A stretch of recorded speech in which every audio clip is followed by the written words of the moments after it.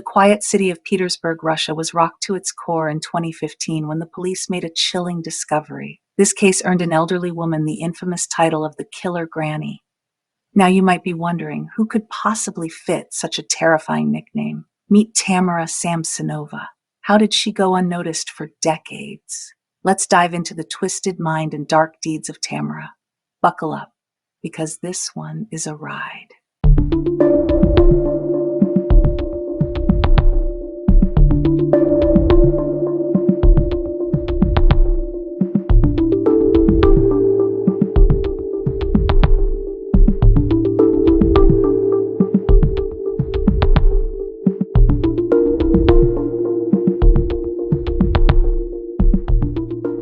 Tamara Samsonova was born on April 25, 1947, in a small, quiet government town in central Russia.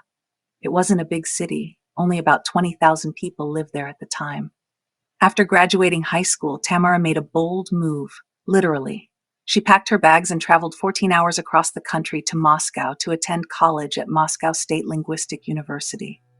She was sharp, studious, and eager to learn languages, all while soaking up the vibrant city life. Once she graduated, Tamara relocated again, this time to Leningrad, the city we now know as St. Petersburg. It was the early 1970s, and St. Petersburg was booming with nearly 4 million people calling it home. Among the bustling crowds, Tamara met a man named Alexei. The two hit it off, fell in love, and eventually tied the knot. The newlyweds settled into a freshly built panel house in the Kupchino district. Now, for context, these panel houses were super common back then.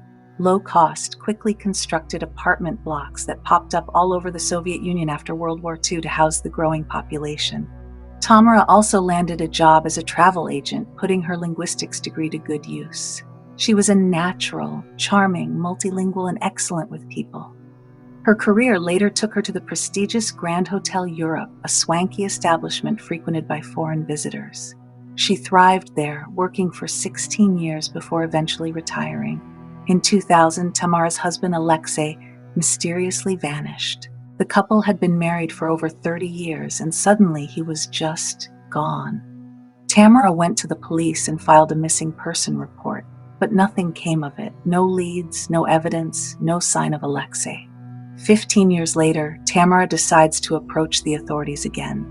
This time, she gives a statement to the investigative unit saying, "I think he ran off with another woman." With a story that sounded like a marital issue, the case didn't get much attention. With Alexei out of the picture, Tamara decided to rent out a room in her apartment for extra income. But here's the thing, she couldn't seem to keep tenants for long. Neighbors later recalled hearing loud banging, yelling, and all kinds of strange noises coming from her apartment. Living with Tamara, it seemed, wasn't exactly peaceful. Whenever Tamara got a new roommate, they wouldn't stick around for long. Tamara kept detailed records of her life in her diaries. These weren't just your average journals. Tamara wrote in Russian, English, and sometimes even German. She filled the pages with normal stuff, like how she slept poorly, drank her coffee, or took her medicine. But there was more. Tamara was into some interesting hobbies. Her shelves were packed with books about black magic and astrology. Casual, right? Fast forward to 2014. By now, Tamara's apartment needed renovations. It was perfect timing because she had just met a 79-year-old woman named Valentina Nikolaevna. Valentina was looking for someone to move in and help around the house with chores. And Tamara, now 68, jumped at the opportunity. At first, everything seemed fine. Tamara was loving her new setup. Valentina's place was comfortable, and Tamara wasn't in a rush to leave. But Valentina, not so much. Over time, things started to sour between them. Valentina grew tired of Tamara. She felt like Tamara wasn't holding up her end of the deal. No housework was getting done, and Tamara was basically freeloading. Eventually, Valentina had enough and asked Tamara to move out, and Tamara, she wasn't having it. She flat out refused to leave. She was like, nope, not happening. The tension kept building, and by July 2015, things boiled over. One night, they got into a big argument, and the fight was about dirty dishes. Yeah, dirty dishes. Neither of them wanted to wash them, but the whole reason Tamara was living there was to help Valentina, so it was extra frustrating for Valentina, who was already over it. But Tamara, She wasn't just annoyed, she was furious, and she decided Valentina was a problem that needed to be eliminated. So what does Tamara do? She comes up with a plan to poison Valentina. Tamara heads to a nearby city and somehow manages to convince a pharmacist to sell her 50 pills of phenazepam. Now, phenazepam is a prescription drug developed in Russia. It's used to treat insomnia and anxiety, and it's strong, like knock you out strong. So Tamara takes the pills, thanks the pharmacist, and heads back to Valentina's place. Once she's there, she cooks up one of Valentina's favorite meals, an Olivier salad. If you don't know, an Olivier salad is a classic Russian dish made with potatoes, peas, carrots, onions, pickles, and meat, all mixed together with mayonnaise. Tamara prepares the salad, and while she's mixing it, she sprinkles in the pills. Except it wasn't really a sprinkle. Tamara crushed all 50 pills into the salad. She serves it to Valentina, who has no idea what's about to happen. Tamara watches her eat, then heads to bed, waiting for the pills to kick in. Around 2 a.m., Tamara wakes up and goes to check on Valentina. She walks into the kitchen and finds Valentina's body lying on the floor. Valentina was lifeless. Tamara then decided to dismember her. What exactly did she do with the body parts and organs isn't entirely clear, but here's what we do know. She wrapped the remaining parts in pieces of a shower curtain, stuffed them into plastic bags, and dumped them into a nearby pond. And here's the wild part. Tamara didn't just make one trip. CCTV footage captured her dragging plastic bags to the pond 7 different times. 7. Fast forward a few days to July 26, 2015. A couple was out for a walk with their dog near that same pond, just enjoying their day. But their dog had other plans. It became super interested in a bag that had washed ashore. The couple decided to take a look, and when they opened it, they found something straight out of a nightmare. A headless, limbless torso. They called the police immediately. This wasn't the first time the police had heard about strange activity near that pond. The night of Valentina's murder, someone had called in to report seeing Tamara out there, dumping bags into the water. Oh, and if that wasn't enough, a social worker had stopped by Valentina's apartment to check in on her, but Tamara refused to let her inside.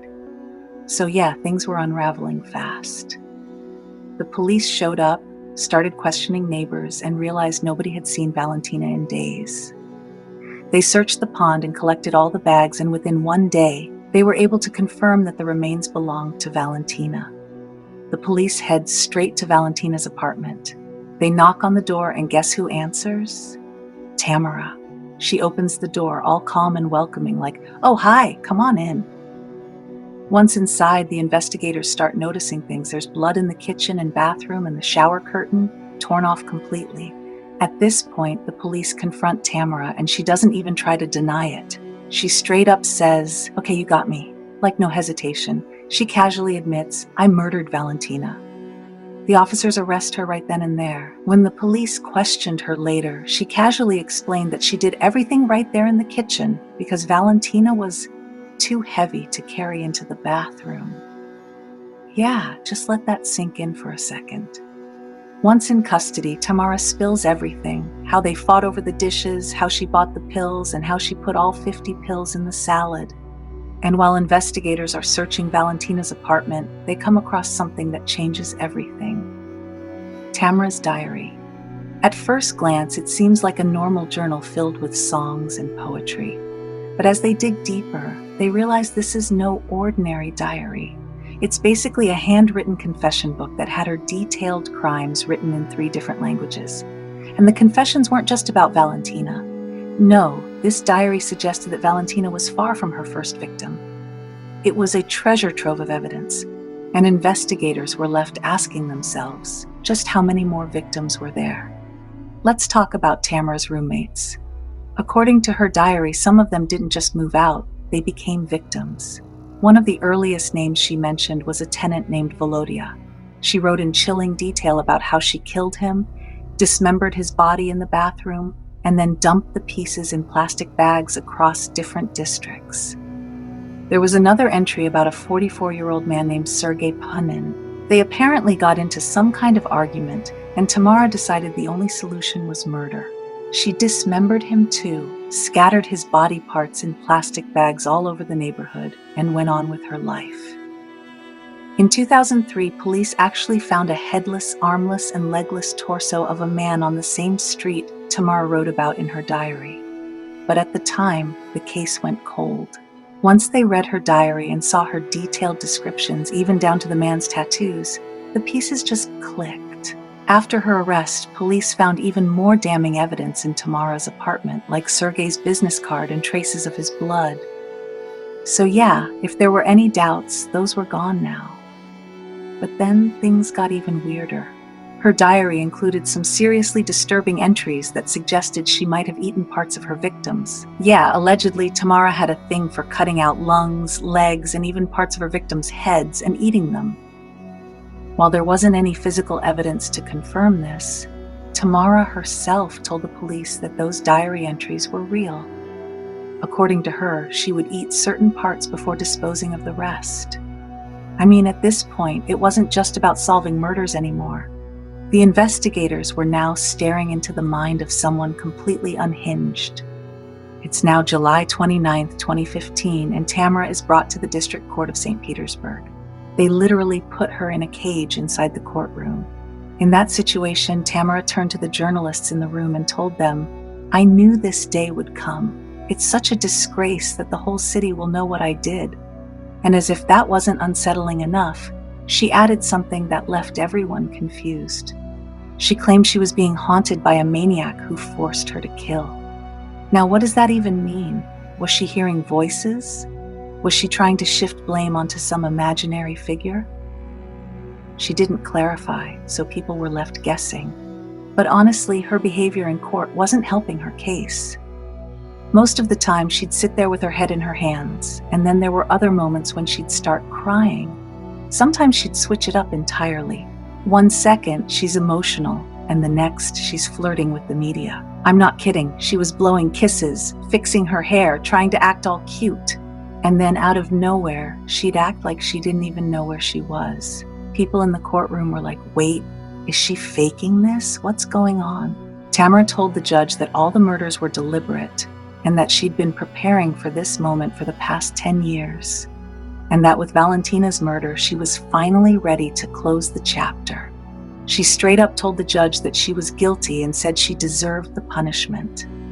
And when the judge finally announced that Tamara would be held in custody, Tamara's reaction? She smiled and clapped her hands, like, what? She was acting like she'd just won an award. It left everyone in the room completely speechless. All right, so after her arrest, Tamara was kept in custody while she waited for trial and while police continued their investigation. Even though she had confessed to multiple murders, investigators weren't exactly eager to take her word for it.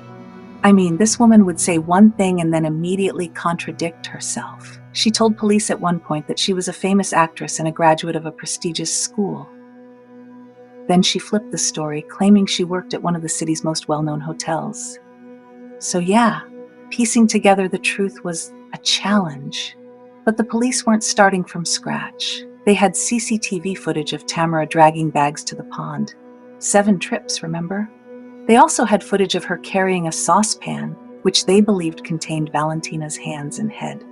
Chilling, right? By November 2015, Tamara had been in custody for a few months and the court ordered a psych evaluation. The results? Tamara was declared a danger to herself and society. No surprise there. By December 2015, she was moved to a high-security psychiatric facility in Kazan while the investigation continued.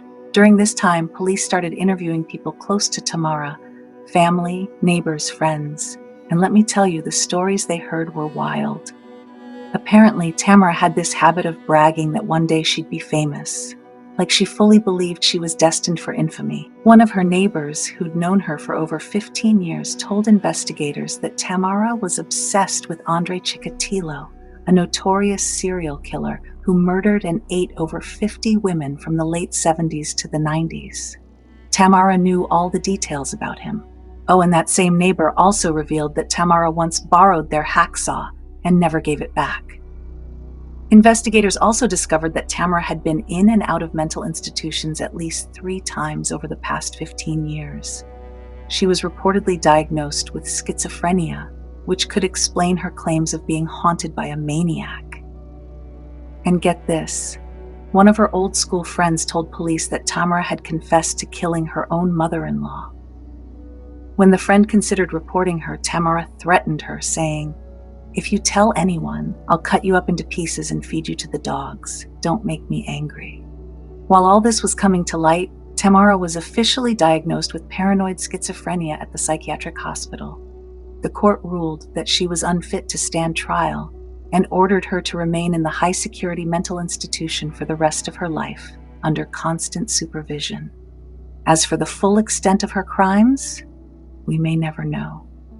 Investigators believe she killed many more people, including other tenants who simply disappeared, but without bodies or solid evidence, it's all speculation.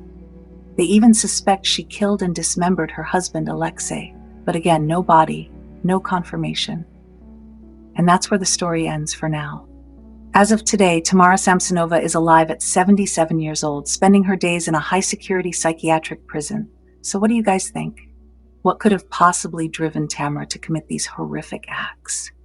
Was it mental illness or something even darker? Let me know your thoughts down below, and as always, stay curious, stay cautious, and I'll see you in the next episode.